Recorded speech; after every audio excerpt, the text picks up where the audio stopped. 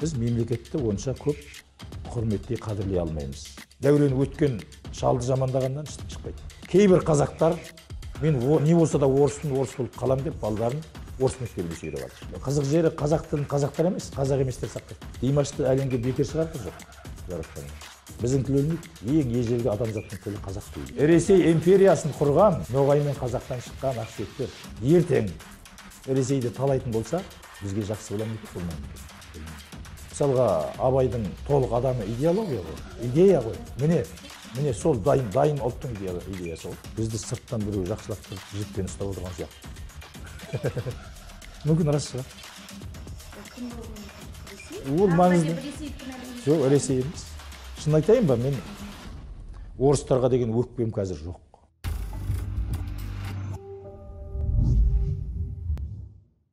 Сәлем, не болды YouTube арнасының көрермендері, студиямызға Серік Ерғалиұлын шақырып отырмыз. Серік аға, қалыңыз қалай? Өзіңіз тарихшысыз, тіл жанашырысыз, қоғам қайраткерсіз. Жалпы тіл дегенде енді бәріміздің өзіміздің, қазір қазақтың айтады ғой, ең талқылайтын 4 тақырыбы бар деп. Ол біріншісі тіл, дін және жерге қатысты біз өзі ең жақсы көретін тақырыптарымыз бірі. Иә, соңғы уақытта оған енді кейбіреулер қалжыңмен айтып жатыр, елбасы қосылды деп. Бөлек әңгіме ол. Сізбен тіл туралы сөйлесек деп едік. Халыққа сәлем бердім. Рахмет Құралай шақырғаныңа. 25 қазан бізде республика күні келе жатыр. Иә. Бұған дейін бұл мейрам бізде мерекелер күні болатын. Бірақ біз неге екен 2009 жыл бұны алып тастады бұрынғы президент. Одан кейін енді міне биылдан бастап қайтадан біздің айтулы датамыз болып қайта еніп жатыр. Сіз енді тарихшысыз ғой. Бұл жерден сіз нені байқайсыз? Бұл ескі Қазақстан мен жаңа Қазақстан деп айтамыз, солардың күресі ме, әлде біз білмейтін басқа бір дүние жатыр ма? Білмеймін, оны саясатты шұқып жүрген жігіттер айтпаса, я дұрыс айтуым. Ағам, неге сіздің өзіңіз трактовкаңыз қандай? Бұрын екеуі де болған. 90 жылы 25 қазанда әупірімдеп жүріп декларация қабылдадық. Бұл кезде көптеген Прибалтика барлық тәуелсіздігін жариялап жатты. Декларация деген біз тәуелсіз ел болуға құқымыз бар, біз осындай дайын халықпыз деп жарияға жар салу. Содан кейін дайындала бастайды мемлекет болуға. Сөйтіп бір жыл бойы дайындалдық. 91 жылы енді бірінші төбеміздегі тәңіріміз, жаратушымыз Алла тағала сеп болды мекен. Әлде елбасымыз деп аталған кісімізге, Нұрсұлтан ағамызға басына ой салды мекен. 16 желтоқсанға алып барып, сол жерде сценарий болды ма, болмады ма, әйтеуір тәуелсіздік туралы заң қабылданды. Біз ол заңды зарыға күттік. Және басқаларының барлығында жаңағы декларациямен тәуелсіздік алып кетсе, біз заңмен шегеледік. Себебі ол кезде тәуелсіздік жарияланған кезде біздің халықтың саны қанша екен білесіз бе? Қазақтың саны 40%. 41 деп айтады, 40%. 60% сіз тәуелсіз боласыз ба, болмайсыз ба, біздің шаруамыз шамалы дегендей сыңайдағы контингент болды. Көрдіңіз бе? Ол кезде біреуді сынайсыз ба, сынамайсыз ба, осыдан бірінші сан сапаға көшеді ғой. Санымыз осындай болды. Сонымен не керек? Бұл 25 қараша қашан доғарылды? Тым тырыс осы 2000 жылға дейін келді бұл негізі. Қай жыл екенін білмеймін. Сол жаңағы елбасы деген атақ кіре бастағаннан бастап, иә, ол кісінің мазасын алмау керек болды. Қабағын шытатын нәрсе, ақпараттар таратылмау керек. Өйткені тәуелсіздік күндері көбейген сайын қазақтың айқай-шуы көп. Сондықтан біреуін жауып, оған қоса сол тұстағы көршіміздің де қабағы шытылады. Қазақ неге тәуелсіздік деген сөзді көп айтады. Қайдағы тәуелсіздік оларға? Дегендей тұқырту бар. Соның бәрі қосыла келе, сол 16 желтоқсан, әрі жаңа алдындағы желтоқсан оқиғасының бүркеуі бар, қымтау бар, осы заңмен, осы мерекемен. Сонымен сол бір күнді қалдырды ғой. Енді Жұбан атамыздың бір қызық айтып кеткен сөзі бар. Ол кісі Колбинға қарсы сөйлеген сөзінде айтты ғой деймін. Кеткен басшының жақсысы жоқ дейді. Келген басшының жаманы жоқ дейді. Көрдіңіз ба? Қандай сұңғыла айтылып кетті. енді одан кейінгі қазір келіп президент болған кісі жаңа Қазақстан деген ұранды алға тастады, әділ Қазақстан дегенді. Соған сәйкес енді әрбір билік болсын, мемлекет болсын өзінің идеологиясын жаңағы жасақтайды ол. Пиар дейді Европада, басқа жақта. Соған байланысты желтоқсанда бір жағынан шынын айтқанда бір емес екі қанды оқиға болды. Бірінен соң бірі. Бірақ желтоқсан сонау Алаш Орда үкіметі құрылғанда күнге неледі. Сол білесіз ба? Иә, желтоқсанда құрылды онда. 16 емес, сол 25 екен. Иә. Сондықтан декларацияның және қызық жері, мына декларацияның мәтіні жоқ болып кетті. Тек мұқабасы ғана қалған? Иә, оны бірақ таптық, несі бар, газетке шыққан несі. Оны қайттан қалпына келтіру қиын емес. Ол кімнің бір жеріне кірді, не еткенін мен түсінбедім. Енді оның бәрін шұқылап істейміз енді. Ол бізге байланысты ғой, халыққа байланысты. Негізінде халық өзін мемлекеттің субъектісі болуға жарайтын болса, онда оған ешкім ештеңе істей алмайды. Іштен де, сырттан да. Мәселе біз өзімізде. Бірақ ол қазақтың бейшаралығы деп те ұқпау керек. Бұл қазақ деген халық мемлекет туралы ұғымы, мемлекеттің болмысы туралы танымы мүлдем басқа халық. Бұл көшпелі өмір салтындағы мемлекетпен отырық өмір салтындағы мемлекеттің екеуінің айырмасы екі түрлі. Соған байланысты біз көшпелі өмір салтында пенсия сұрап, әркімнен жұмыс сұрап жүрген халық емеспіз. Біз табиғатпен қойын қолтық отырып, өзін өзі билеген халық. Өйткені бізде 7 саттан тұратын керемет жоба не бар, құрылым бар. Әуелі адам, жанұя, әулет, аталық. Көрдіңіз бе? Аталықтар, бірнеше аталықтар ұруды құрайды. Бірнеше ұру елді құрайды. Тайпа деп атайды кейде, ол арабтың сөзімен. Ал бірнеше тайпа ел бірігетті, хандықты көтереді, мемлекет құрады. Ел бірікпесе ешқандай хан жалғыз өзі келіп хандық құра алмайды. Кенесары құралған жоқ. Нақты ешбір тайпа ел өйтіп көтерді бұлай символикалық жағынан. Бірақ мемлекет құратындай ешқандай шараға барған жоқ. Көрдіңіз бе? Ал отырық елдер жағдайында мұнда мүлдем басқа. Бұнда халық негізінен ішіп-жемге тәуелді болады. Мынадай жағдайда да ішіп-жемге тәуелді болады ғой енді адам болдың еткеннен кейін. Бірақ еркіндеу болады. Мал мен табиғаттың үйлестіре отырып, жаңағы ұрулар, тайпалар, елдер өзара жерді бөлісе отырып, осылай өмір салтын құрады, мемлекет құрады. Сондықтан біздегі мемлекеттің арқа, анау жаңағы 7 саты бар ғой, төменге қарай көп бармайды. Ол мемлекет жаңағы тайпалармен жұмыс жасайды. Тайпа қандай ресурс береді? Адам күшін, әскер, жаңағы оған керек жарақ, қазына жинап беру. Соны төмен қарай ол түспейді мемлекет. Көрдіңіз бе? Төменгінің барлығы халық өзін өзі басқару бізде. Оны отырық өркениет, отырықшы, олар демократия деп әлдеқандай болады. Демократияның өзіне де әлі келістіре алмай жатыр, Европамызда өзі. Көрдіңіз бе? Енді бұл көшпелі өмір салтын мақтайын деп отырған жоқпын. Ол көшпелі өмір салты жалпы адамға жағымды, табиғатқа жағымды, гармония, еркіндік, үндесім. Бірақ 16 ғасырдан берімен қарай бұл өмір салтының құлағына су құйылды. Себебі дәл сол кезде мынау су жолы күшті дамып кетті. Англия бастаған құрлық жолы, су жолы қалай дамыса, құрлық жолы солай кесілді.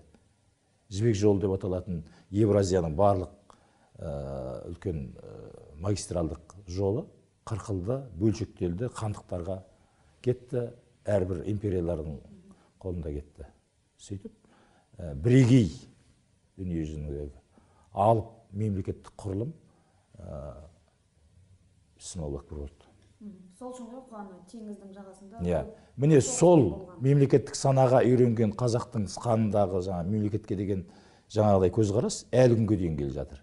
Біз мемлекетті онша көп құрметтей қадірлей алмаймыз.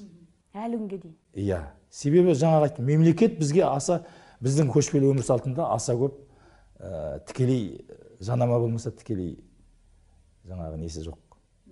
Кез келген уақытта ру тайпа бөлініп кете салады. Керей мен Жәнібек күні кеше ғана бөлініп кеткен жоқ па? Қазақ шығып кетті ғой. Империядан кетіп қалды ғой. Мемлекеттен кетіп қалып, өзі мемлекет құрып кетті. Көрдіңіз ба? Ал отырықшы өмір салтында кете алмайды. Оны біреу басып алады, екінші біреу келіп анадан тартып алады.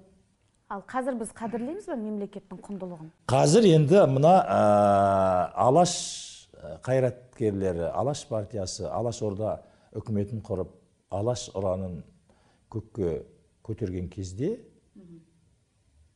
бұлар жаңа типтегі заманға сәйкес бұрынғы көшпелі өмір салтының аса көп жоғалтпай, бірақ заманға сәйкес отырықшы кеңістікті дамытқысы келді.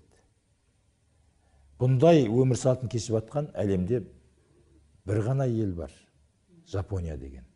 Өзін жоғалтпаған, бірақ анау алдыңғы қатарлы деген батыстағы, Европадағы, оның ар жағындағы Европа елдерден кем емес, артық болмаса.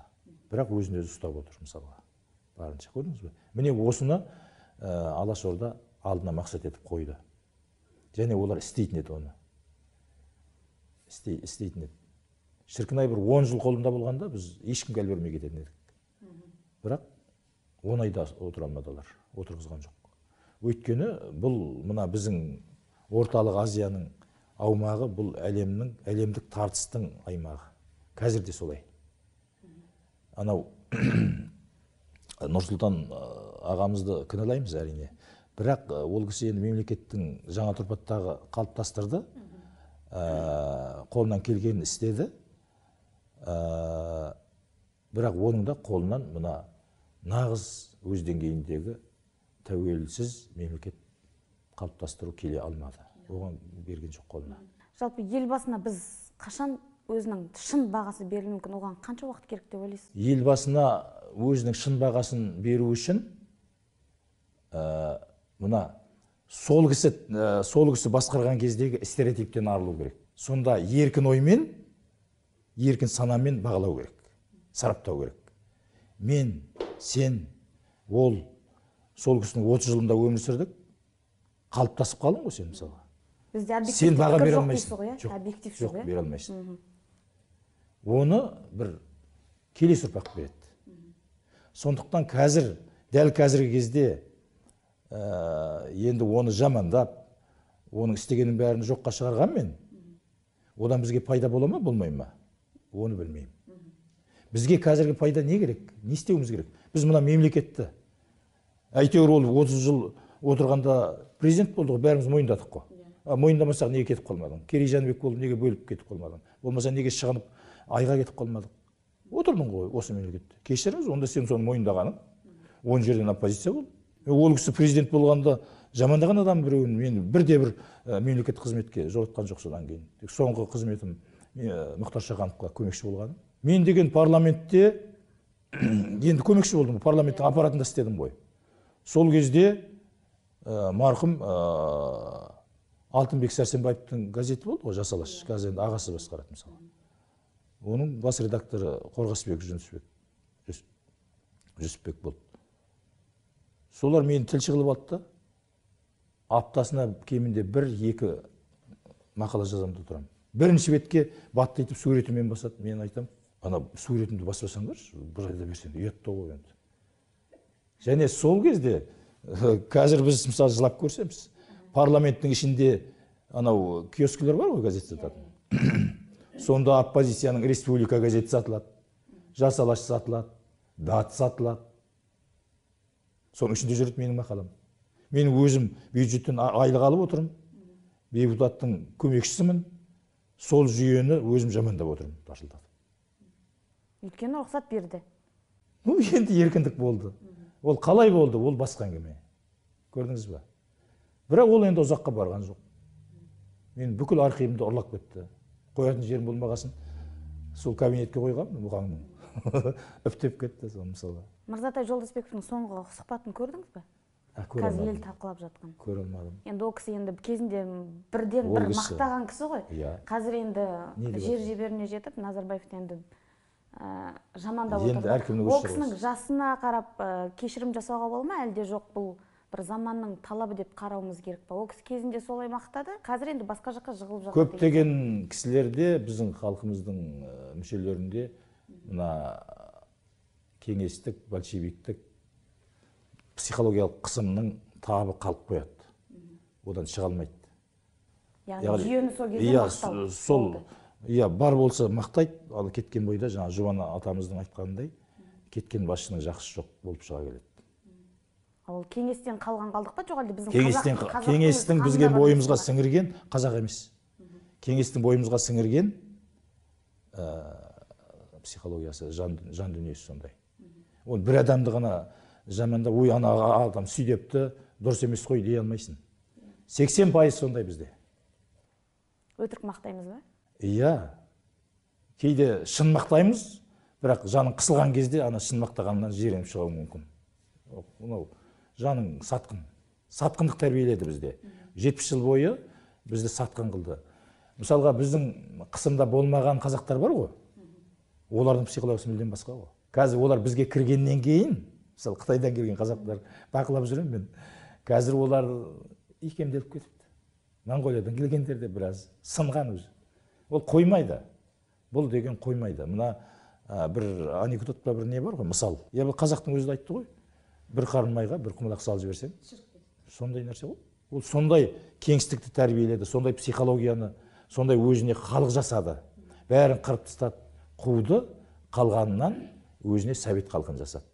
Содан кейін тілді біріктіре бастайды. Бір қай бәрің орыс тілді боласың, совет азаматы аталасың, тілің орыс болады. Соған келе жаттық біз. Түбі бізді шоқындыру керек еді. Иә. Шоқындыру деп айта алмайсың. Ол кезде, типтік немен айтсаң солай.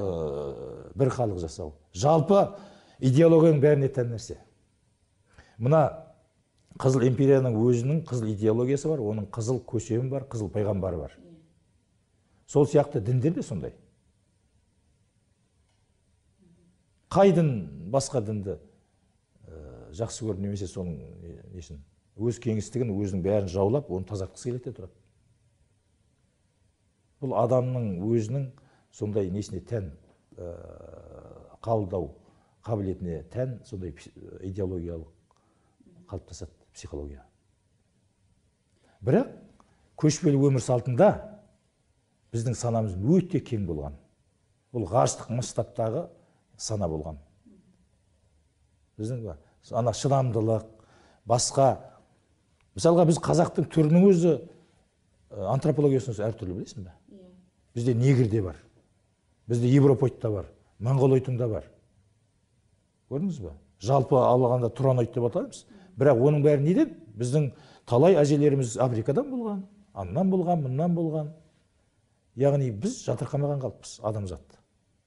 Ешбір идеологияға, жатырқайтын идеологияға ұшыраңқырай қоймаған қалыппыз. Бұл халықтың тазалығы адам ретінде. Гуман деген сөздің өзі біздің сөз. Құман. Коман дейді. Оның әр жағында гуман. Я болмаса қу деп бізді аққуды айтады ғой. Құман. Мүмкін соған айтылды ма? Оның барлығы біздің таным ғой. Яғни біз гуманитар қалыппыз. Обастан, болмыстан, тумыстан. Бізді осындай мынадай кеңістікке сығып, қысып, сосын жаңа өзінің формасын жасап, сол құртады. Соған икемделеміз.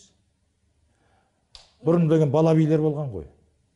Ханның өзіне, бидің өзіне айтқан. Иә. Ол нені білдіреді? Ол сөздің құдіретін біздің халықтан артық халық ешкім білмеген. Мысалға орыстар басқалар айтады ғой. Начале было слово деп. Әуел баста сөз болған дейді да. Ал сөзді қадірлеп отыр ма соларыңыз? Жоқ. Қазақ қадірлеген. Сөздің қадірін білгендігі сондай. Бала болсын, шал болсын, жақсы сөз болса соған еркіндікті берген, айтқызған.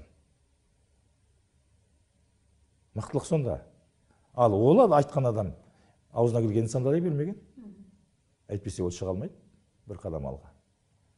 Міне қандай қоғам болған бізде, қандай бізде мораль болған. Оның бәрін қайтып айырылады халық. Ол жаңағы айттым ғой, мысалға Бәріне дүние кеңес одағы. адамзаттың мәдениеті соңғы кезде мынадай не болып жатыр, теория шығып жатыр. Менде де болған сол теория. Қазір осы соңғы біраз тарихшыларда, гуманитар ғылымында, философтарда бар. Жер бетінде адамзаттың екі полюсі бар. Не жағын алғанда. Аталық және аналық. Өмір салтынан алсаңыз. Көшпелі өмір салты аталық өмір салты. Ал отырықшылық аналық. Иә. Көшпелілер келеді да бірнеше қала мемлекеттерді жаулап алады. Бірнеше әйел алған сияқты. Сол ана жерде, жаулап алынған жерде басқа өркениет пайда болады.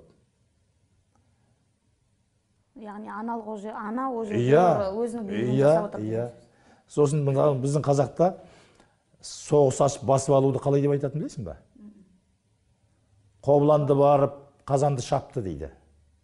Шапты дейді. Шапты дейді. Түріктер сабаш дейді. Шабу деген сөзден шығып тұр ғой. Енді ұятта болса ұлылық бар. Айғыр биеге шапты дейді. Құлын шығады ғой. Яғни құлын дегенің жаңа өркениет қой, мәдениет қой. Яғни шабу бұл жерде де әуелден біздің санамызда адамзаттың екі аталық, аналық, жыныстық өмір салты болған. Бертін келе 16 ғасырдан бері қарай бірыңғай аналық өмір салты белең ала бастады. Қазір дүние жүзінің бәрін аналық өмір салты билеп отыр. Бұндай жағдайда кешегі 90 жылдардан бері қарай еркектердің барып жұмыс істейтін де жер қалған жоқ. Сөйтіп үйді асыраған кім бала шағаны? Әйел алға шықты. Сөйтеді да еркектерді кінәлайды. Өйткені еркектің кеңістігі қалған жоқ. Еркек болатын кеңістік қалған жоқ қазір. Үстіп айтып, ер адамдардың ақталуына бола ма? Жоқ, ақталуға болмайды. Жұмыс табам десең табасың ғой. Еркектер шынымен де әйел болып жатыр. Мәселе онда емес. Мәселе мына мәдениетті, өмір салтын қазір қоғамда түсіну үшін айтып отырмын. Түсініңіз бе? Сен жаңа сұрақ қойдың ғой. Неге олай болды деп. Біз әуелде еркек тұрпатты қоғамнан сөйтіп қысыла қыз болдық дегендей, қазір аналық тұрпатты қоғамға айналдық, отырықшы. Осы жерде өлер ата қазақ не болар қылмай отыр, қандай мемлекеттің қабылдай алмай отыр. Кеше ауылда еді, бүгін қалаға келді. Көрдіңіз бе? Ол қандай стресс, қаншама ол процесс анау, үдеріс. Ана жерде, мына жерде кең жайылып қалған халық қалаға келіп қыстырылды. Бұл жерде жаңа әлеуметтік мәселелер туындап отыр. Ауыл әуелден ер жынысты өмір салты, қала әуелден былай айтқанда қыз жынысты өмір салты. Жаңағы тарихшы бар, Байжумин Жұмажан деген. Ол кәдімгідей теориясын дәлелдеп тастады. Және тарихта соның кәдімгі сол заңдылықпен келгендігін барлығын. Болашақта енді егер көріп қарайтын болсаң, ары қарай не болуы мүмкін енді? Иньян деген бар, иә, баланс. Бірақ ол жерде де арасында эс деген немен, оюмен, мына жағы аналық, мына жағы аталық. Ин аналық, ян аталық. Негіз. Бұның біздің қазақта да тарихы бар. Оның барлығын мен дәлелдеп тастадым. Оны айтпай-ақ қояйық әрі қарай. Иә? Әуелден біздің атамыз осындай адамзаттың екі негізден тұратынын білген. Енді қазір аталық негіздің дәурені кетті, аналық негіздің де шаруасы бітіп жатыр қазір. Енді қазір байқайсың ба, діндерде бәрі де ақыр заман дегенді айтып отыр. Сіз сенесіз бе ақыр заман болады дегенге? Ақыр заман дегенді сенесің, олардың айтқандай, діндердің айтқандай емес менің ойымша. Сіздің теорияңыз қандай? Ол мына екі негіздегі мәдениеттің бәрі кетеді, мүлдем басқа деңгейге көтерілеміз біз. Оның қандай екенін мен елестете алмаймын. Мүлдем басқа этика, мүлдем басқа құндылық. Білдіңіз бе? Мүлдем басқа мемлекеттің тұрпаты келейін деп жатыр. Қазір кейбір сарапшылар 30 жылға қарай жер бетінде пан аумақтар, бірнеше аумақтар болып басқарылатын болады дейді. Оның бәрін білдіңіз бе? Мемлекет әлсірейді. Пан деген Мысалға, пан деп енді, мысалға оңтүстіктегі Индия, анау ненің бар дініне қарай, несіне қарай бөлшектенеді да, барлығын біріктіріп, экономикасын бәрін солай басқарады. Қазіргі біздің сол келе жатқанымыз сол ма? Түрік Енді қазіргі соғыстар, қазіргі қым-қиғаш жағдайлар, соған дайындық дегенді айтылып жатыр. Түсініңіз бе? Сондықтан бұндай жағдайда біздің тәуелсіздік бола ма екен, болса қандай болады екен, қазіргі жеріміз қалар ма екен, қалса қандай болады екен деген оймен бас қатыратын уақыт келді қазір. Ол үшін осы мысалға Қазақстанда саяси ұлт қалыптасу керек. Саяси ұлт деген не екенін білесің ба?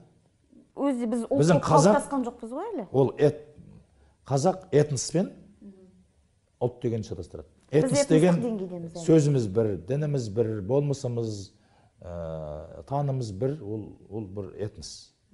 Қазақ этносы, ұйғыр, өзбек, орыс этнос. Ал осы Қазақстандағы барлық азаматтар бірігіп Қазақстан деген менің мемлекетім деп шығатын жағдай болса, қалыптассақ, яғни ұлтқа қарамай, дінге қарамай, бұл менің жерім деп бұлай тұрсақ, ешкім бізден ештеңе ала алмайды.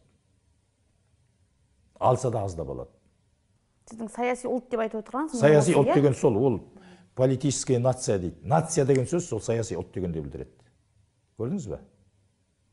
Ондай жағдайда паспортта қазақ дейді, бірақ этносың сен орыс болуы мүмкін, этносың корей болуы мүмкін, қазақ болуы мүмкін, найман, алшын, тағы біреулер болуы мүмкін, бірақ бәріміз қазақпыз деп есептейміз. Қазір соған келе жатыр, шамалы тенденция бар. Ұсынып жатыр, бірақ бізде қарсы шығып отыр. Біз бола алмаймыз онда, не керек, мен қазақ емеспін, неге мен қазақ деп жазылу керек деген. Жоқ, біз қазір қазақтықтан мүлдем жұрдай болмас үшін амал жоқ, осы жаһандануға бару керек. Саналы түрде біз өзіміздің сценариімізбен бару керек. Біреудің емес. Өзіміздің сценариімізбен барсақ, ол бізге аяулы болады, ол бізге сіңімді болады, ол біздің пайдамызға жаратылады. Бұл жерде бірақ мынандай не туындайтын сияқты, кедергі. Біз қазақ ұлты барлар өзіміз оны келісуіміз мүмкін, ал Қазақстанда тұратын өзге ұлттар бұған келісім керек қоюы мүмкін. Сен ешкімге, бәріміз қазақпыз, қазақ болайық демейсің. Ол өзінен өзі болады. Қандай жолмен болатынын білесің бе? Демократиялық негіздер бар. Демократиялық деген жер бетінде енді әділдіктің барынша бір құралы ол демократия. Басқа жол жоқ. Ауылдың әкімін шынайы сайлап қойса,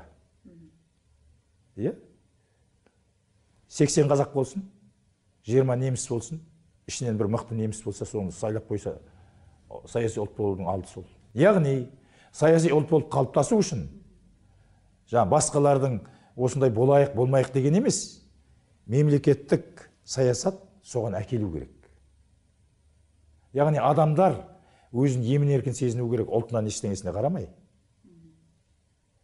Осы жерден артық менде бақыт жоқ дегенге өзі сенетіндей жағдай қалыптасу керек, ахуал қалыптасу керек. Көрдіңіз бе? Міне сонда саяси ұлт дейді. Сонда біреу келіп тиісіп жатса, соғыс ашып жатса, онда тек қазақтар емес, басқалар да үдере көтеріледі. Ол біздің жеріміз. Мынау менің қалам. Біз бұған келе жатырмыз ба? Келе жатырмыз. Мен білмеймін, әдейі арнайы қызметтер ма? Мысалы, TikTokта Шымкенттің әп-әдемі орыс қыздары шығып жатыр қазір, қазақша сайрап. Байқап отырсың ба? Иә. Немістер шығып жатыр. Корей. Бізде білесің ба, 2 корей жігіті қазақ тілін оқытып жатқан. Вячеслав Тен мен Сергей Хван. Сергей Хван 8000 адамды оқытып тастаған 1-2 жылда.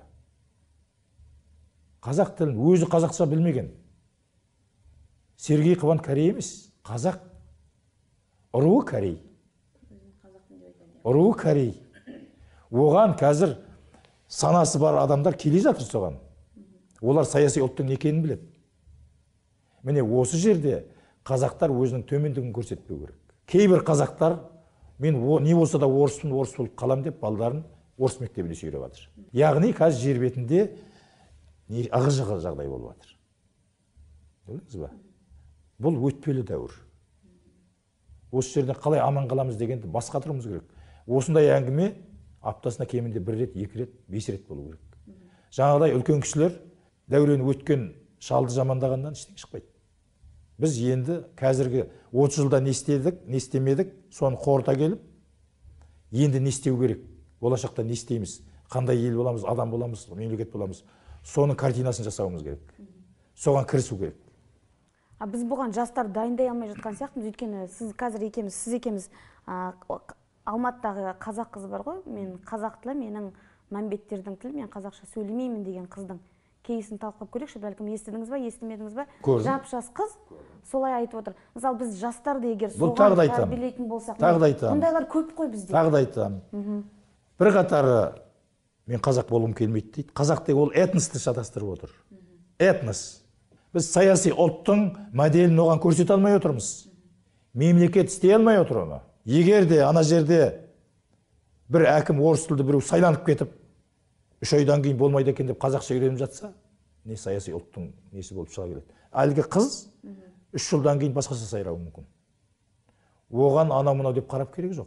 Ол жай ғана қазіргі сондай уақытша үрдіс. Иә, хайп деуге де болады, басқаша. Оған ештеңеге алаңдамай, бағыт-бағдарды нақтысын қойып, соған қадамдайтын бізде қадамдар болу керек. Оны істейтін кім? Мемлекет. Мемлекетте соны істей алатын адамдарды жинаса, бойына қарамай, ойына қарамай, бет-әлпетіне, көзіне, ұлтына қарамай сол жерге жинаса, бірақ мемлекеттік тілді дамытуды қойса, тоғыр болып. Біздің қазақ тілі саяси ұлтты қалыптастырудың бірден бір рычагы. Оны істей алмай отырмыз біз. Біз оны этностың тілінен ажыратқымыз келмейді. Мысалға, көкпардың спортқа айналдыра алмайды. Өйткені спорт пен ойынның екеуін ажырата алмай отыр көптеген азаматтар. Серкені бауыздап жіберіп ойнасаң, ол ойын, ұлттық ойын.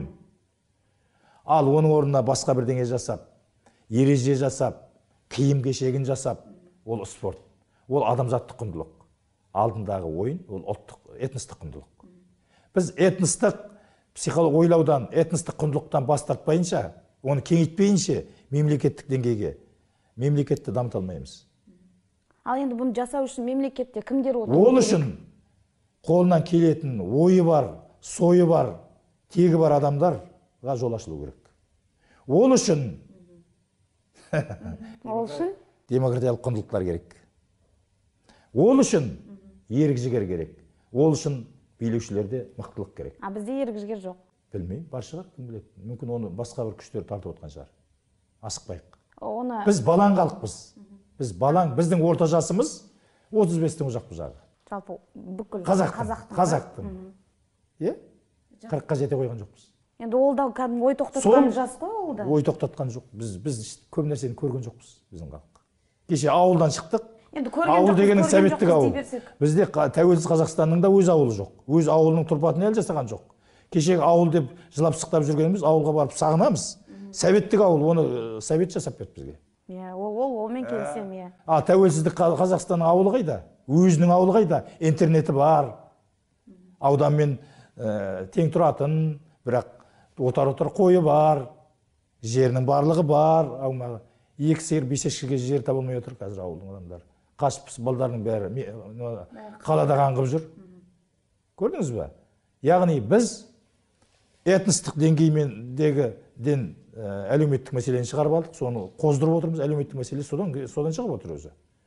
Ауылды дамытқан кезде қаланың мәселесі көбеймес еді. Бұл жерде бізді көрші емес па тартып отырған аяғымыздан?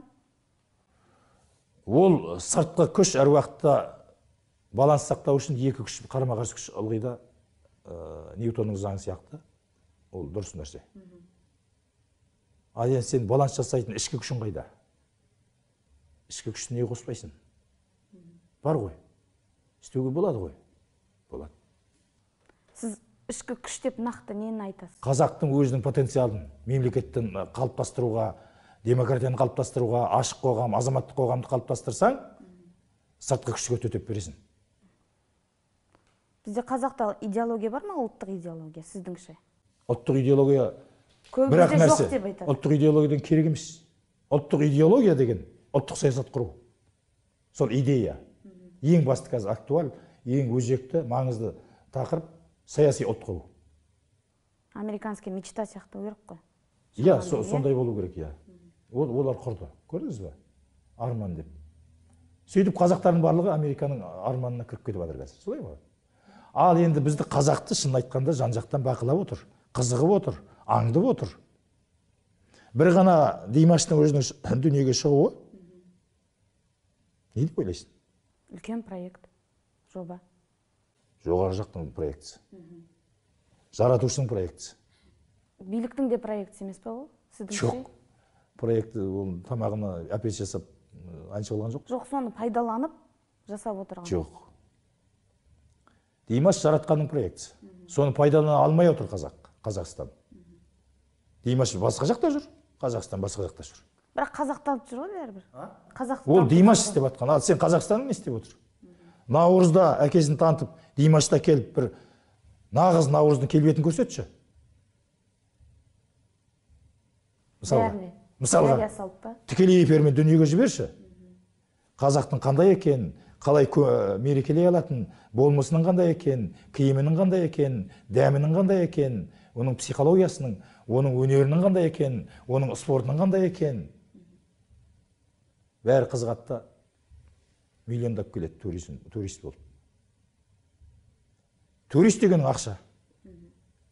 Қарапайым нәрсе, қарапайым. Енді сол қарапайым нәрсені біз қалай жеткіземіз ана билікті түсінбей отыр ғой. Мәдениетіңде дұрыс адамдар отыру керек, мысалға, Наурызды көтеру үшін. Сіз осыны айттыңыз ба, жеткізетін жақтарға? Еститін құлақ таптыңыз ба деген сұрақ қой. Білмеймін, мен кейде бүгін бір жігіт айтты маған. Бізді сырттан біреу жақсылап тұрып, жіппен ұстап отырған сияқты. Мүмкін рас шығар. Ол кім болуы мүмкін? Ресей? Тағы да келіп Ресейді кінәлаймыз ба? Жоқ, Ресей емес. Шын айтайын ба, мен орыстарға деген өкпем қазір жоқ. Орыстың тең жартысына жуығы қазақтар орыстанып кеткен. Білесің ба? Ол сөйтіп айтады, жартысы Ресей империясын құрған Ноғай мен Қазақтан шыққан ақсүйектер 300-ге тарта. Білесіз бұны? Ол империяны батыс өз пайдасына қарай бұрып жіберді. Сөйтіп Ресей патшалығын құрды. Өздерінің патшасын әкеліп отырғызды. Немістен әкелді, аннан әкелді, мыннан әкелді. Сосын орыстың өзін езді. Орыстың қазақ сияқты аңғал, аңқау. Ол өзінің, орыс халқы өзінің ресурсын, әлеуетін өзінің өміріне арнай алмағаннан кейін алқаш болып кетті. Білесің бе?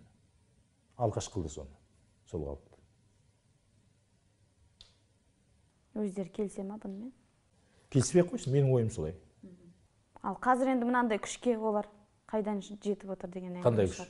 Енді Путиннің өзі әлемді қорқытып отырған адам ғой. Жоқ, енді ол атом қаруы, анау мынау, оған енді. Атом ғана ма, жоқ әлде орыс әлемінің де күші бар ма? Орыс әлемінде күш енді ресурс көп орыс әлемінде. Ресей Федерациясында табиғи ресурс өте көп.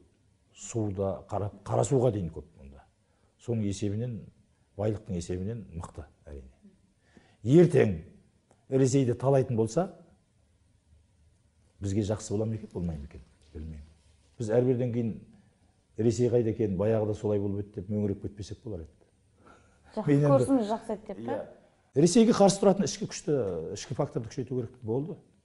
Орыс енді оны жау қылып, бізге жау қылған батыстың идеологиясы, саясаты.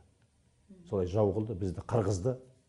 Ал 70 жылғы өкпеміз бар деп айтатын ол орынсыз өкпе ме сонда? 70 жылғы өкпе емес, біз Совет одағын бірге құрдық қой енді. Біздің аталарымыз ішінде өздері де шейіт болып кетті, солар Совет одағы үшін өлді ғой. Сіз өзіңізді ренжімейсіз ба Совет одағына? Совет одағы кезінде тудым. Қазір мысалға балалық шағымды аңсаймын. Қойшының, шопанның семьясында дүниеге келдім. Далада өстім. Сол кездегі еркіндік, табиғатпен үйлесім, соны аңсаймын. Қазір ауылға барасың, қойда жоқ ондай жүрген. Қазақты қырды әрине Совет үкіметі. Ол Совет үкіметі екен әлі зерттей алмай жатырмыз. әлде арнайы тапсырмамен Голощекин сияқтыларды әр жерге отырғызып қырғызды ма екен, шеттен, батыстан. Жалпы дамуға қарсы қоғам. Жеке адамда дами алмайды, қоғамда дами алмайды. Дамудан қорқатын формация, дамудан қорқатын идеология. Сондықтан адамды тұншықтырып отырады. Оның ішінде қазақ үшін тіпті ол бізді кісендеп құрсап тастады. Осының өзіне ренжуге болатын сияқты. Ренжіген жоқ, оны кез келген нәрсеге ренжіп қажет шамалы. Оны қабылдау керек та, сараптау керек. Сондай болмаудың жолын іздеу керек. Бізде бір тарихшылар айтып жүр, қазір неге оны еске ала береміз, ол кезде ұмыту керек та? Жоқ. Өту керек дейді. Бәрібір өткен шақ неге тұрмай ма біздің елесіміз бұл? Оны психологиялық жағынан кешіріп ұмыту керек. Тарих жағынан, болашаққа даму жағынан, даму үшін, сондай қоғамды болдырмас үшін білу керек оны. Соның қатесін болдырмас үшін, оны плюске айналдыратын қоғам керек бізге. Мысалы, мен Кеңес одағының көп көрмедім ғой енді, 5 жаста болдық, 6-ға толған кез. Дегенмен бізде бәрібір психологиясы кейде қалған, мен өзім аңғарамда, мысалы, менің егер ортамызда, сіз екеуміз қазақша сөйлеп отырсақ, ортамызға бір орысша сөйлейтін кісі келетін болса, біз автоматты түрде сол кісінің тіліне жығылып кетеміз. Бұл біздің санамыздың әлі бос еркін емес екендігін көрсетеді ме? Бізді соған әкелді әр жағында, иә? Иә. Бізді әдейі әкелді, мысалға, қалаға қазақтарды әкелуге тыйым салынды. Пропискеге тұра алмадық. 17% па белгілі, оның бәрін бақыланып отырды. Сосын қазақша сөйлеуге тыйым салды. Автобустарда кез келген орыстың өкілі айқайлай алатын болды. Говори на человеческом языке. Ондай бодандық, ондайдың көрінісі барлық елдерде болған. Америкада да болған, бәрінде болған. Соны өтетті. Оны біз білуіміз керек. Бірақ енді зажылап, осыған өкпем қара қазандай, осы әтәсін әлет дегенмен, бірақ енді сен Әлия Молдағұлова апамыз не үшін өлді? Мәншік Мәметова не үшін өлді? Мейлі. Хиуаз Доспанова не үшін өлді? Бауыржан Момышұлы не үшін батыр болды? Мысалға. Бір мән бар ғой әйтеуір. Оны сен қалай сызып тастайсың? Біздің атам менің, Ерғали атам барып, басынан жараланып келіп өлді. Қаншама аталарымыз жоғалып кетті. Мәскеуді неге қорғады біздің қазақтар, біздің Қазақстанның дивизиясы. Мән бар ғой тарихи әйтеуір. Оны қалай сен сызып тастайсың? Болмайды олай сызып тастауға. Мүлдем. Ақты ақ, қараны қара емес. Түс өте көп. Түс. Ол түсті қабылдау үшін санаң сәл кеңірек болу керек. Ол үшін біз іспен айналысуымыз керек. Іспен айналыссаң, сенің санаң да өседі. Біз іспен айналысқаннан кейін сөз сөйлей береміз. Біздің 30 жыл бойы сөзіміз гүрзі болды. Құрылыспен айналысқан өзбек бауырларымыздың жұдырығы гүрзі болды. Кеше Азия ойынында солар ұтып кетті. Ол рас. Көрдіңіз бе? Символикалық жағынан айтқанда солай.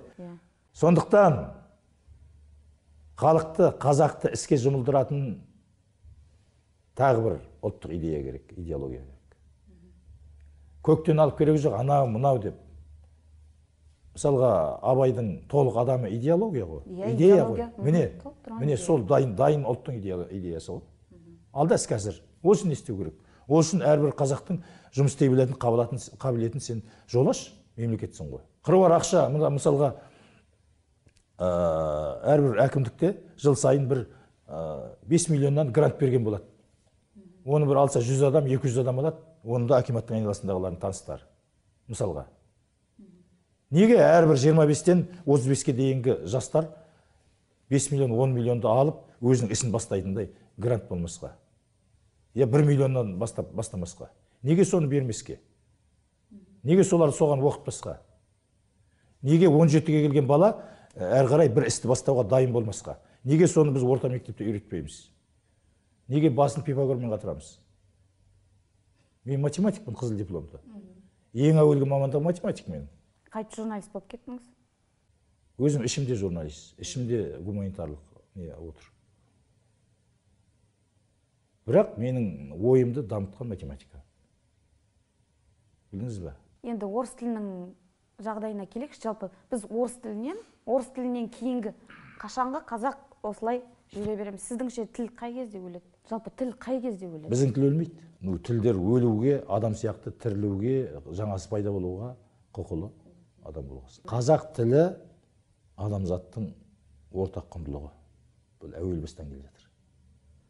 Тілді зерттеп соған келді. Көптеген лингвистер де айтып жатыр. Анау Дмитрий Петров деген полиглот бар емес пе? Сол не деп жүр? Ең ежелгі адамзаттың тілі қазақ тілі дейді. Түркі тілі дейді. Қазір тағы да айтамын. Димашты әлемге бекер шығарған жоқ, жаратқан иеміз. Сол арқылы адамдар жапырлап қазақ тілін үйреніп жатыр. Сөйтеді да өзінің ұлтының түбінде қазақ тілі тұрғанын таниды да, онан сайын жапырлап біздің тілді үйренетін болады. Қызық жері қазақ тілін қазақтар емес, қазақ еместер сақтайды. А неге біз өзіміз менсінбейміз онда өз тілімізді? Уақытша ғой, инерция ғой, құлдық инерция. Біз құлдық отарсыздану бізде жүрген жоқ та, содан кетіп қалды. Оған тағы фактор көп. Мысалға, статистиканы алсақ, 16-17 жылдан бастап орыс тіліне беретіндердің саны көбейіп кетті қазақтардың. Орыс мектептері қазақтың есебінен контингент толтырып отыр. Ол мына латынға көшеміз дегеннен шықты. Латынға көшу соншалықты қорқынышты ма деген сұрақ туындайды. Сен білесің бе тарихын қандай екен? Енді латынға көшудің өзі... Латынға бір емес, 3 рет әліпби жасады. 3 рет жасады. Сол аз ба бір халыққа? Бас аяқ 4 жылдың ішінде? Ол әліппе дайындау үшін 4 жыл аз сияқты. Жоқ, 3 рет көшірдік. 3 рет. Біресе былай қисайдың, біресе былай қисайдың. Мысалға сенің жігітің 3 рет қисайса, сен оған сенесің бе? Енді бұл жерде бір-бірін бізде менсінбеу басым болған сияқты. Жоқ, әрине жаңағыдан кейін біздің қазақтың қолынан ештеңе келмейді дейді ғой. Сенім пайда болады. Содан кейін өзі қашайын деп тұрған қойынға тәйт дегенде жорық дейді. Ол орыс тілдері болса, орыс тілі емес, қазір қазақ тілдер көзі орысша нетіп жатыр. Оның тағы да бір факторы бар. Тағы бір факторы қазақ тілді баланы дамыту орталықтары аз. Мемлекет тарапынан соған бөліп соны балалату керек, көбейту керек. Ютубтың өзі орысша дейсіз ғой. Иә, оның бәрі орысша. Қазір контингенттер келе жатыр, әйтеуір зорлап зомбылап. Біраз қазақшаланып жатыр. Осыны үдету керек, қарқындату керек. Орталықтар көп ашу керек. Мына оқу ағарту министрлігі орта білімнің несімен отырмау керек. 7 жастан 17 жасқа дейінгі баланы қалай дамытуды соған басқатыру керек. Соған қазақ тілінде қалай дамыту дегенді басқатыру керек. Соған арнайы программа керек. Білдіңіз бе? Мысалға шахматты бәрін орысша үйретеді ғой. Келсесіз бе? Баланы дамыта ма? Дамытады. Бізде не қазақша үйретеді? Домбыра, қобыз, сондайлар, тоғызқұмалақ. Соларды ғана қазақша үйретеді шығар. Үйірмелерде, анда-мында. Ал қалғанның бәрі орысша үйретіп жатыр. Жалғыз Аятжан деген жігіт жетпейді ғой. Бір 10 шақты орталық бар шығар қазақша. Көбейту керек, оларға жағдай жасап, балалату керек. Көп балалы балдарды баратындай жол ашу керек. Ол қазақ тілінде болу керек, мемлекеттік тілде. Сонда бәрі қисая қалады. Қазір адамның құбылуы өзгеруі оп-оңай. Қазір бұлай, ертең бұлай. Енді жасаймын десе бағдарлама түзуге болады ғой, міне мынандай, жобасы міне мынандай. Жоқ, бағдарламаны министрлік жасау керек. Балалардың оқытатын бәрі министрліктің қолында болу керек. Соған тіл комитеті түрткі жасау керек, иә. Бұлай жасаңыз, бұлай жасайық деп, шара жасап, ықпал жасап. Әркім өз орнында жұмыс жасамай отыр. Әркім өз орнында жұмыс жасау керек. Былтырғыдай ата-аналар азайды ма? Есіңізде ме? Былтырғы сіздің өзіңіз. Былтыр 93 мектептегі азайған жоқ. Жылда қыркүйекте сол айқай болады бізде. Қыркүйекте классқа таласу, мектепке таласу, әр тарту, бер тарту. Біз қазір мемлекеттік мектепті мемлекеттік тілде қалыптастыруға қорқып отырмыз. Сол тұстан, солтүстік жақтан танкі кіріп кете ме деп. Білдіңіз бе? Иә, ол түсінікті. Бірақ кірмейтіні де түсінікті шығар? Әлде кіре ме сіздіңше? Жоқ, енді ол басқа тақырып қой. Жоқ, жалпы айтам негізі. Одан қорқудың да дым. Меніңше кірмейді. Кірсе құриды орыс мемлекеті. Кірсе бізде тойтарыс бере алмаймыз. дұрыс қой. бірақ құриды. Бізге кірмейді. Орыс мемлекет. Сіз былтырлар байқамадыңыз ба, соғыс басталған кезде, жалпы мына украин халқы бірден орыс тілінен шорт кесті барлығы өздері шамасы жетсін жетпесін өз тілдерінде сөйлей бастады ғой. Сол кезде бізде де қазақтарда да сондай бір тенденция қалыптаса бастады да, ол одан кейін бір жылдан кейін өзгеру оңай, ол қазір былай ғой, құбылып тұр. Қазір хамелеон уақыт қой. Оған көп сене бермеу керек. Бірақ бәрін істеуге болады, бәрін қалпына келтіруге болады. Ол үшін тұрақтылық керек. Осы тұрақтылыққа қазіргі президент жарайды. Басқа шанс мұрсат іздеп керек жоқ. Ал тіл туралы заңдағы 7-ші бапты өзгерту идеясы қолдайсыз ба оны әлі? Қолданмайсыз ба? Ол да жаңағы танкіден байланысты нәрсе. Бәрін танкке қойып сонда отырамыз ба? Ештеңкені өзгертпей? Жоқ, оны өзгертпей ақ істеуге болады. А неге соны 90-шы жылдары негіз пайдаланып істей алмай қалдық деген сұрақ? Ол енді ол жерде мемлекетте болған жоқпын. Ол жерде де жаңа 40%-пен алған тәуелсіздігін ғой. Мысалға, Горбачев кетіп бара жатқанда Қазақстандағы 5 облысты қайтарайық біздікі деді. Сосын генерал Магашов 300 атаман жіберді Орал қаласына. Соған тойтарыс бергендердің ішінде болдық.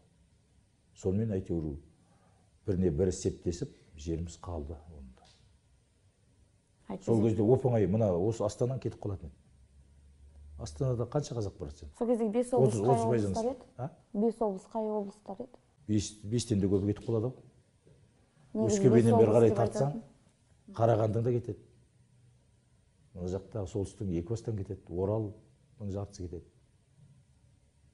Сіз соны көрдіңіз ғой, енді айтып беріңізші, жалпы қалай келісім, қалай жүрді ол кезде? Ол әңгімені мен талай айтып жүрмін, ана құрылыс нені болған, сондай болды. Енді бірақ қазір былай еді. Қазір мемлекеттің шекаралары жойылады. Ресми түрде емес. Қазір жойылды ғой. Қазір ақпарат та шекара жоқ. Білесіз бе? Ақпаратта шекара жоқ. Сосын тауарда шекара болмайтын болады. Бұл қазірдің өзінде бұлай бар. Ол да жойылады. Жаңа пан аймақ деген сондай болады. Көресің бе? Мемлекет арасындағы шекара жойылады деген? Енді әрбірден кейін символикалық жағынан қалуы мүмкін, бірақ. Мысалы, біздің солтүстіктер айтуы мүмкін, біз бәрібір ресейдікіміз деген сияқты. Әңгіме ол бұл жерде. Біз бар ғой, мына нәрсені істеу. Біз қорқа беруді қою керек та. Біз іспен айналыссақ, қорқыныш кетіп қалады. Іспен айналысу керек. Сол жерге қазақтарды қоныстандыру керек, апару керек. Бармады ғой біздікілер, апарып жатыр ғой. Ол дұрыс емес анау. Ол программасы дұрыс емес. Тетігі дұрыс емес. Білесіз бе? Мысалға, мен өзімнің жобамды айтып жіберейінші. Ауыл деген жобам бар. Күн ауыл деген. Күн ауыл деп аталады.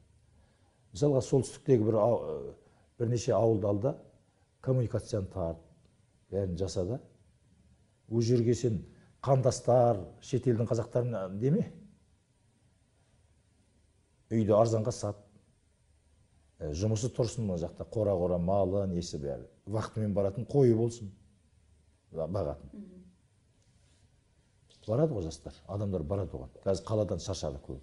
Ана ковид болған кезде бәрі ауылға қашқан. Сондай интернетті кіргізіп қой. Болды. Шетелдегі қазақтар да жүгіріп келеді ана жерге.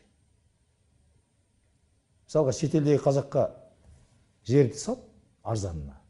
Бір гектардан. Бірақ та шарт қой. Мынау 2 жыл тұрады, 2 жылдан кейін іштен істемесең, қайттан кетіп қалады. Амал жоқ, алып келеді ана жерге бірдеңе. Цехта келеді, мал бордақылайды, бірдеңе қылады. Кірсе, болды. Қазақтандыру деген сол. Біз баяғы советтік ойлаумен жасаймыз программаны. Бір 200 жан басына 200 мың теңге береміз. 3 айдан кейін бітеді, сосын тағы аналар қайыршылардың қатарына қосылады. Сен базалық іргелі жағдай жасайшы.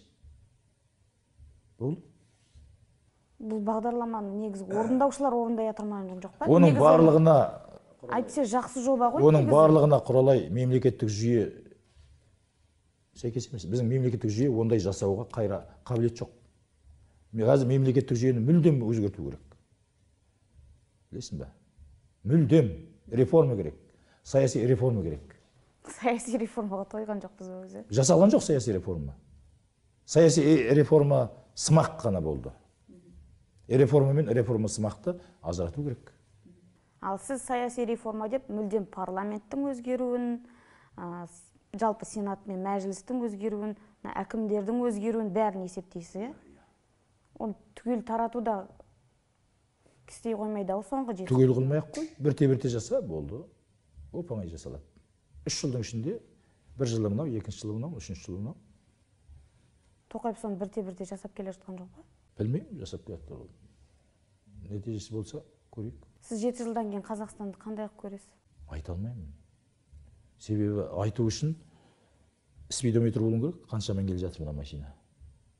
Алдындағы не бар соны көруің керек, мен іштен көре алмай отырмын да.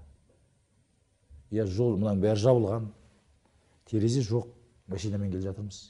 Кім айдап келе жатыр, қалай айдап келе жатыр, қайда бара жатырмыз? Білмеймін. Қалай айтамын мен? Қанша шақырымда келе жатырмыз, білмеймін. 7 жыл өтті ма, 2 жыл өтті ма, оны да біле алмаймын. Сондықтан бұның барлығы ашық болғанда, әділ болғанда, барлығы бір ережеге бағынып өмір сүргенде болатын шаруалар бұның барлығы. 30 жылды 7 жылдың ішінде де жасауды мысалға жаңа ғана кімнің Төреғалидың жаңағы желкесінен қысып, езіп неткен полицейлердің несін көріп, соларды тыңдадым. Дина Төлепберген. Соған қарағанда біз әлі қайда? Бізде кез келген демей-ақ қояйын, көптеген адамдар мемлекеттік қызметті өзінің пайдасына пайдаланады. Ол неге? Себебі мемлекет өзінің азаматымен серіктес емес, партнер емес. Мемлекетпен халық партнер болу керек. Білесің ба? Мықты болған кезде мемлекет халықтың сайманына айналып кету керек. Қазіргі жағдайда әуелі партнер болу керек, серіктес. Түсінесің ба? Яғни мемлекет бірдеңе жасайды, сен соның қасына тағы бірдеңе қосуың керек. Міне осы сезім, осы іске айналған кезде, осы заңға, осы өмір салтына айналған кезде, онда мен айта аламын, 7 жылдан кейін не болатын. Қазір біз қазыққа арқанды алып айналып жүрміз. 7 жылдан кейін де айналып бертәшке болып құлап қалуымыз мүмкін. Енді 7 жылдан кейін келетін жаңа президентке қандай талап қоятын едіңіз? Енді бізде түбі президент ауысады ғой, 3-ші президент келеді. Талап деген оп-оңай. Қандай талап қоясыз? Өзіңіздің Серік ағаның қазақ халқының даму жолына апаратын тетіктер жасау. Болды. Нәтижесінде саяси ұлт қалыптасады, нәтижесінде демократиялық қоғам қалыптасады, нәтижесінде ашық, әділ қоғам қалыптасады. Әділ болса, онда біздегі ақша, ресурстың барлығы әділ бөлінеді. Әділ болса, онда кім ұмтылса, сол дамиды, сол жетіледі, сонымен бірге халықта, мемлекетте дамып шыға келеді. Бәрі бір-біріне байланысты нәрсе. Болды. Оған тіпті соншама басқатырып керек жоқ. Қарапайым нәрсе. Бәрі айтылып, жазылып тұр, бақырайып тұр, мінекей, ұран болып тұр. Соны атқару керек. Болды.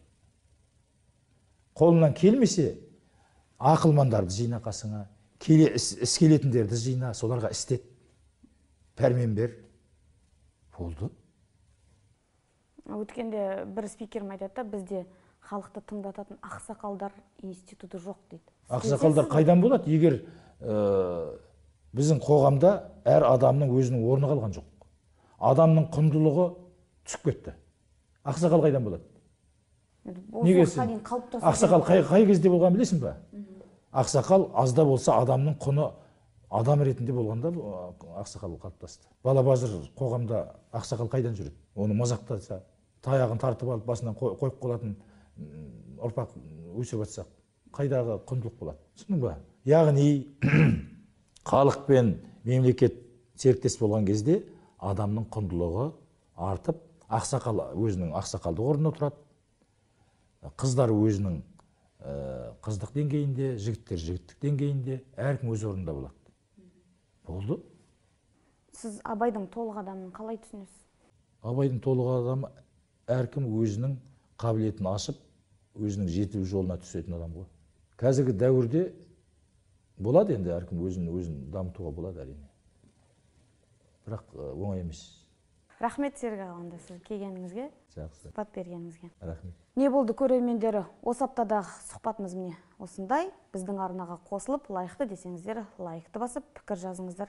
Бұл сіздердің бізге деген құрметтеріңіз және қолдауларыңыз болсын. Көріскенше. Мереке құтты болсын. Мереке құтты болсын.